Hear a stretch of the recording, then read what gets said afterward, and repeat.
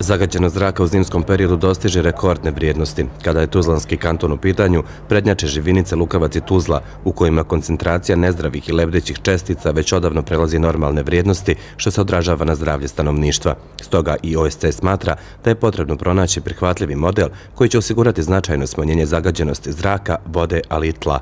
Ono što mi želimo jeste da se obezbijedi osnovno ljudsko pravo, to je pravo na život, a pravo na život podrazumijeva i pravo na zdravu okolinu, zdrav vazduh, zdravu vodu i zdravu zemlju. U realizaciji svih aktivnosti u narednom periodu na prvom mjestu trebalo bi biti zdravlje građana. Zdravstveni radnici upozoravaju odavno da je situacija složena i da se hitno mora reagovati. Ona jedna jedina stvar koja je najvažnija, to je da u svakoj strategiji budućoj vezano za okoliš mora biti zdravstvena politika. Drugo, vi svi sad očekujete da vam neko od zdravstvenog osoblja kaže šta se događa. To je vrlo teško jer mi nemamo ni registre, ni institucije da bi se to moglo provoditi. Treba nam inspekcijski nadzor. Dakle, mi na cijelome kantonu, najmnogoljudnijem kantonu, sa 13 opština, 12 opština i grad Tuzla, imamo samo jednog ekološkog inspektora. Pa nama treba najmanje 10 ekoloških inspektora.